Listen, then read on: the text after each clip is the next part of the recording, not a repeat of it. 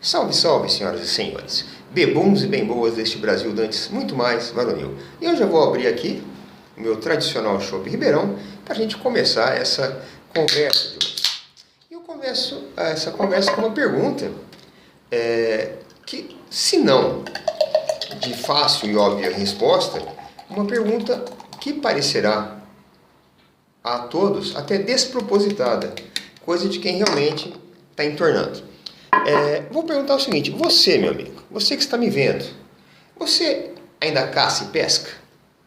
Eu não digo por esporte, eu digo por sobrevivência. Você caça para comer, você pesca para comer, você coleta frutas, ervas, tubérculos para comer? Ou você conhece alguém que faça isso? Você vai falar: não, Zé, você está louco, acho que não. Você está errado, meu amigo. Você faz isso, eu faço isso. A maioria das pessoas que você conhece faz isso. Nós ainda hoje caçamos, nós coletamos coisas para sobreviver. Assim como o homem das cavernas, lá do Paleolítico, tá certo? O que muda foi o quê? O que muda são os locais de caça e as nossas armas, os meios com os quais caçamos. O cara lá no Paleolítico, o homem, né, ele ia caçar os animais, o mamute, etc, etc. Ele ia com lança, ele andava quilômetros, quilômetros em busca daquele animal. As mulheres ficavam com a parte de coletar, isso antes, é claro, do homem desenvolver a agricultura e a pecuária, dele aprender a domesticar, né, domos, domesticar vem de domos, casa, de trazer para sua casa o que ele ia buscar longe, né? Eles eram nômades, seminômades. Então eles aprenderam a trazer o trigo para perto de casa, aprenderam a trazer os animais, isso que significa domesticar, trazer para perto de casa. Mas nessa época eles andavam quilômetros atrás da comida. As mulheres também, elas saíam coletando as frutas, os tubérculos, né? Tanto que não tinha gente gorda naquela época, né? Aliás, na natureza não existe nenhum bicho que seja gordo, né? Não, o elefante é daquele jeito, é o normal dele aquele lá. A natureza, ela não permite excessos, ela não permite luxos. A natureza, ela ela provém, desde que o sujeito tenha tenha o merecimento disso de ir atrás, o basicão, né? Tanto que até um tempo atrás virou uma moda, a tal da dieta do Paleolítico. Mauricinho de cidade, patricinha de cidade, querendo se alimentar que nem o homem da caverna. Meu amigo, tem jeito, né? Umas besteiras muito grandes. E por que eu falo que a gente caça? A gente caça. Só que hoje o nosso campo de caça não é uma pradaria, não é uma floresta, não é uma savana, não é um lago, um rio. As nossas áreas de caça são os mercados, os supermercados, hipermercados, vendas, mercearias, né? E você não caça com lança, você não pesca ali com anzol, com uma tarrafa, uma rede. Você caça com dinheiro, com cartão de crédito, de débito, ou com o Pix. Mas é a mesma caça. Você sai de casa e traz aquilo ali, né? E eu preferia, na verdade, né, que fosse como antigamente. Que a gente tivesse que andar muito ainda para poder caçar. Seria uma caça mais honesta. Eu tenho um pouco, eu tenho com certeza em mim, esses genes dos caçadores-coletores. Mas você está louco, Azarão? O homem da caverna foi lá atrás. Não, meu amigo. Você acha que você não é o homem da caverna? A tua genética é a mesma. O teu cérebro percebe o mundo e aprende da mesma maneira. Não é à toa que hoje as pessoas estão alucinadas, frenéticas, ansiosas. Hoje o ser humano ele tenta acompanhar o ritmo da máquina. Ele não acompanha. O cérebro humano ele precisa de um tempo para observar, absorver, sedimentar, né? Tem até uma música do Engenheiros, Humberto Gessinger, né? Não lembro o nome da música, eu sei que é do primeiro LP, que tem um refrãozinho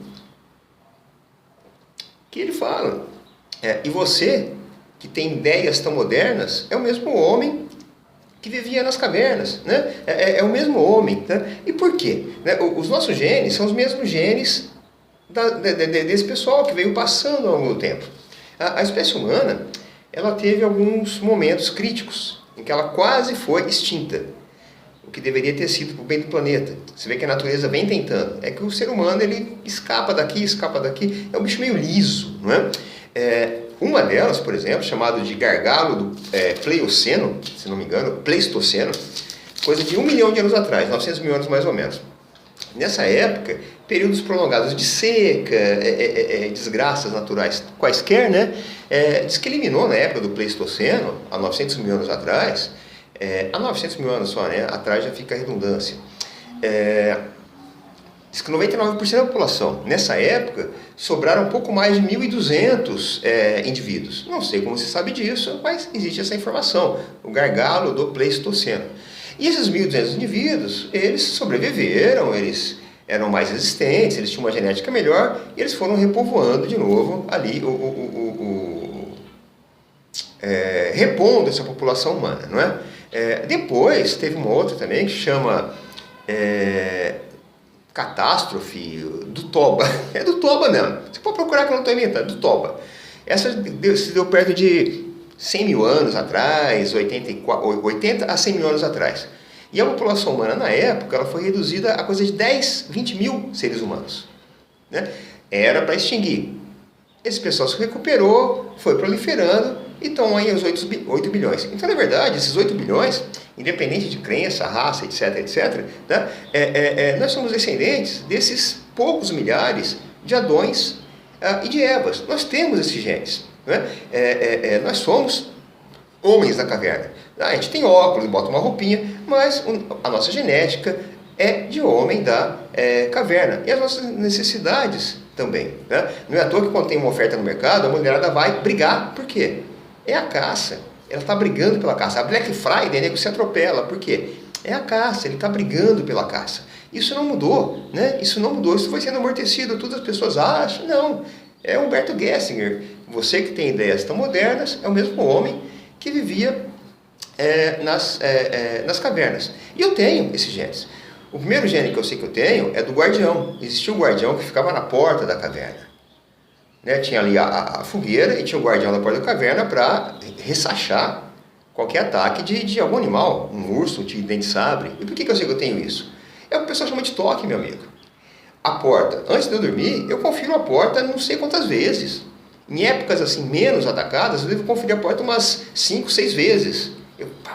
Né? É gás, quer dizer, eu tenho esse gene, não é toque. Isso é gene do cara que sabia que podia entrar um bicho ali. Hoje pode entrar um bicho muito pior do que a gente sabe. Hoje pode entrar um vagabundo, um bandido. E se você mata esse cara, você vai para a cadeia. Ele não te mata. Ele não vai no Brasil. E você vai. Né? E o outro é do caçador-coletor. Isso eu sei que eu tenho. Por quê? Eu ando. Eu gosto de andar muito. Os caras andavam quilômetros. Né? Eu não tenho CNH. Nunca dirigi um carro na minha vida. Né? Só de rolemã. E ainda caía.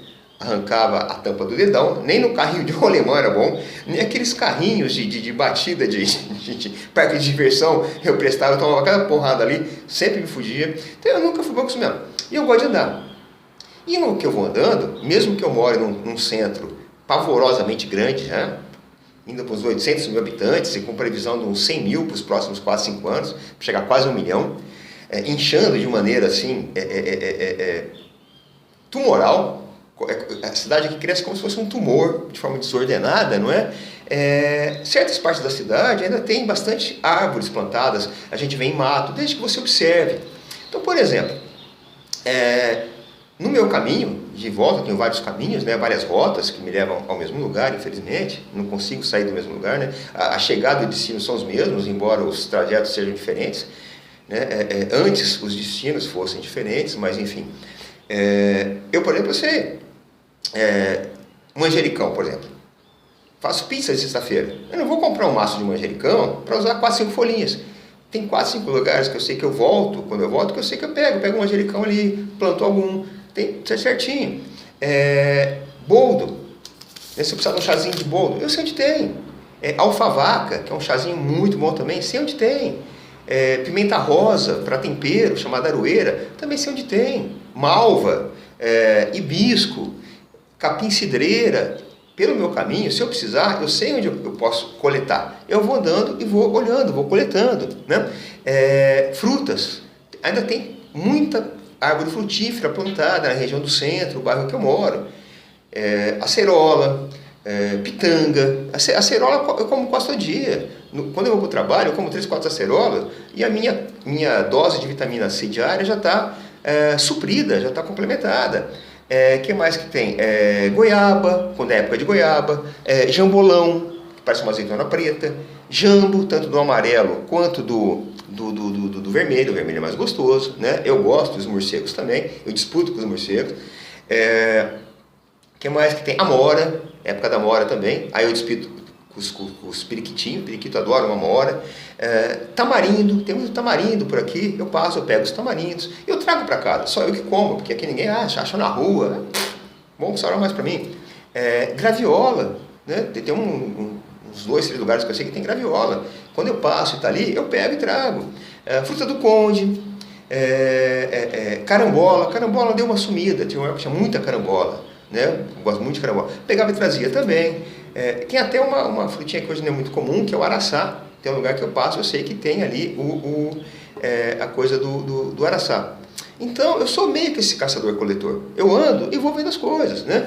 Só não caço, né? E não pesco, porque, enfim, é mais trabalhoso. Mas se eu quisesse pescar, eu sei de lugares em rios que eu passo, quer jogar ali e se pegar muita tilápia, eu passo, eu vejo, né?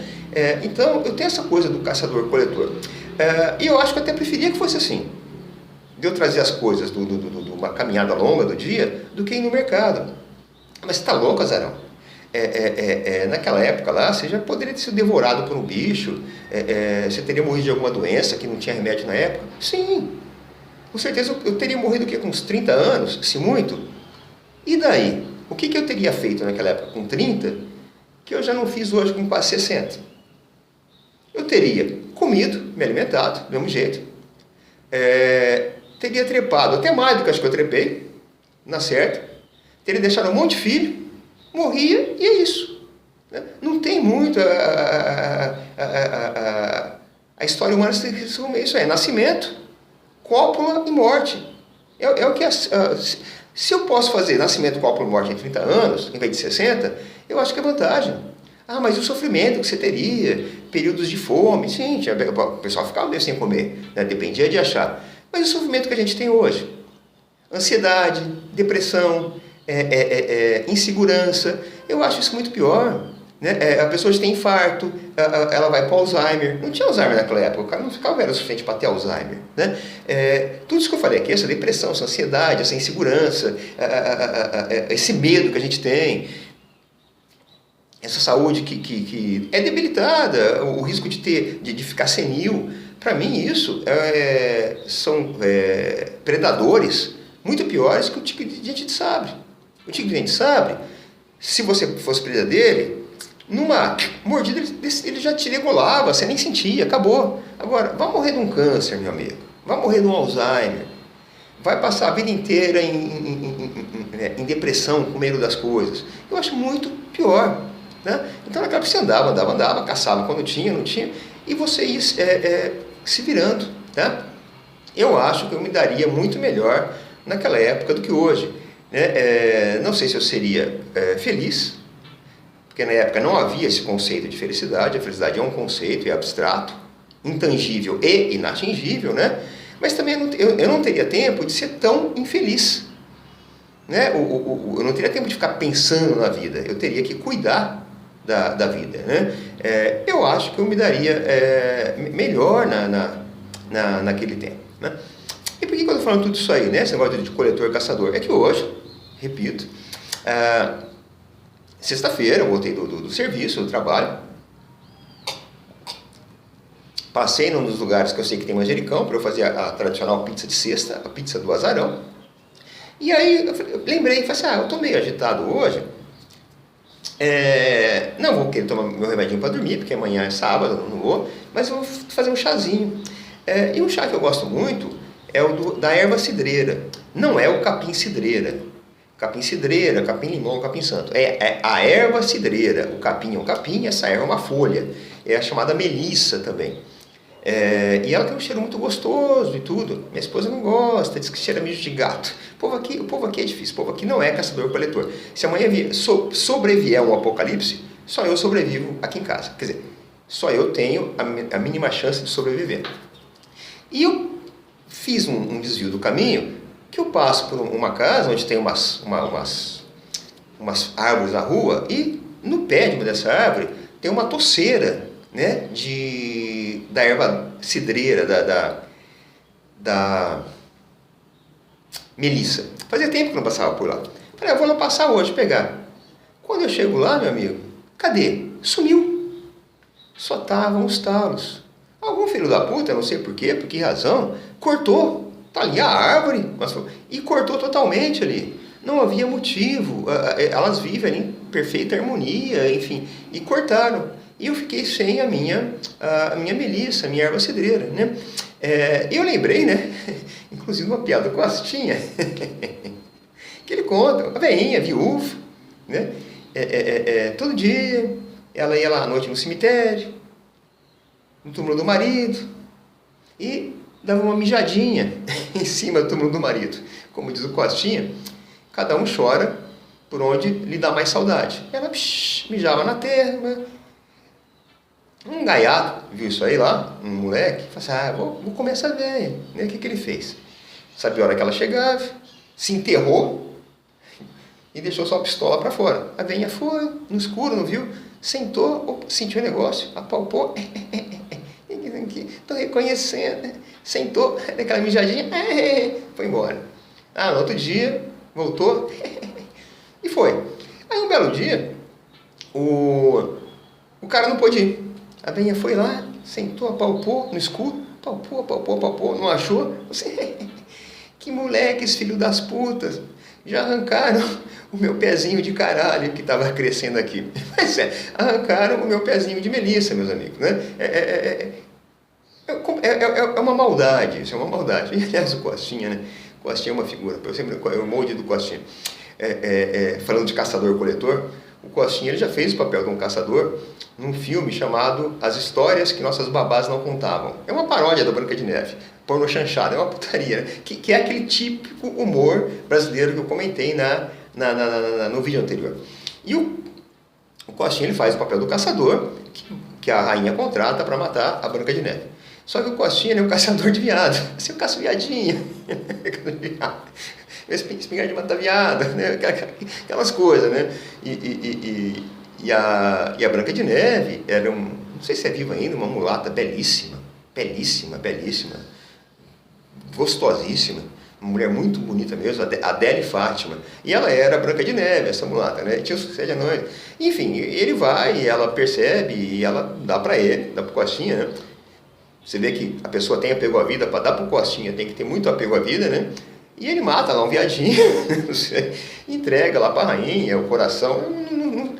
Eu vi esse tempo, eu vi esse filme na sala especial, eu era moleque, eu nem sei a quantas, né? Não tinha nada, era uma besteira, né? Mas é isso, eu acho realmente que eu me daria melhor, eu seria menos, né, amargo, nessa época. Se eu tivesse que andar uns quilômetros, eu ando quilômetros, né? Se eu tivesse que andar quilômetros com esse objetivo, né? Porque pensa bem, o que é melhor? Você andar quilômetros e trazer comida, ou você passar 8 horas no escritório, né, na frente de uma tela, numa rotina ali, muitas vezes sem sentido, para você ter um dinheirinho e caçar no mercado.